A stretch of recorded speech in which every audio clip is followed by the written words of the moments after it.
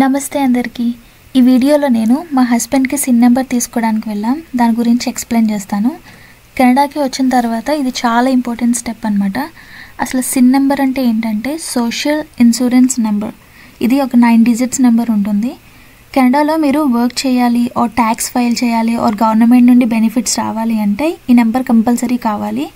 ఈ sin number లేకుండా మనం కెనడాలో వర్క్ అయితే అసలు స్టార్ట్ చేయలేము. ఈ సిన్ తీసుకోవాలి అంటే మీరు సర్వీస్ కెనడా ఆఫీస్కి వెళ్ళాలి, లేదా ఆన్లైన్లో కూడా అప్లై చేసుకోవచ్చు.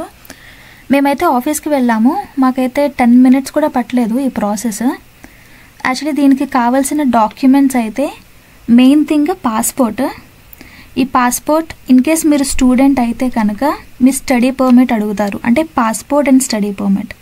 ఇక్కడ మా హస్బెండ్ వర్క్ పర్మిట్ మీద వచ్చారు కాబట్టి పాస్పోర్ట్ అండ్ వర్క్ పర్మిట్ మేము ఇచ్చామన్నమాట. అండ్ ఇంకొకటి మీ అడ్రస్ కూడా అడుగుతారు, full address including postal code మొత్తం అడుగుతారనమాట. అండ్ ఇంకొక ఇంపార్టెంట్ థింగ్ ఏంటంటే ఈ సిన్ నెంబర్ ఎవరికి కూడా షేర్ చేసుకోకూడదు. మీ ఎంప్లాయర్, బ్యాంక్ వాళ్ళతో, గవర్నమెంట్ వాళ్ళతో తప్ప ఇంకెవరితో కూడా ఈ సిన్ నెంబర్ అనేది షేర్ చేసుకోకూడదు. అండ్ ఈ డాక్యుమెంట్ చాలా సెక్యూర్గా పెట్టుకోవాలన్నమాట. నెక్స్ట్ వీడియోలో కలుద్దాం. బాయ్.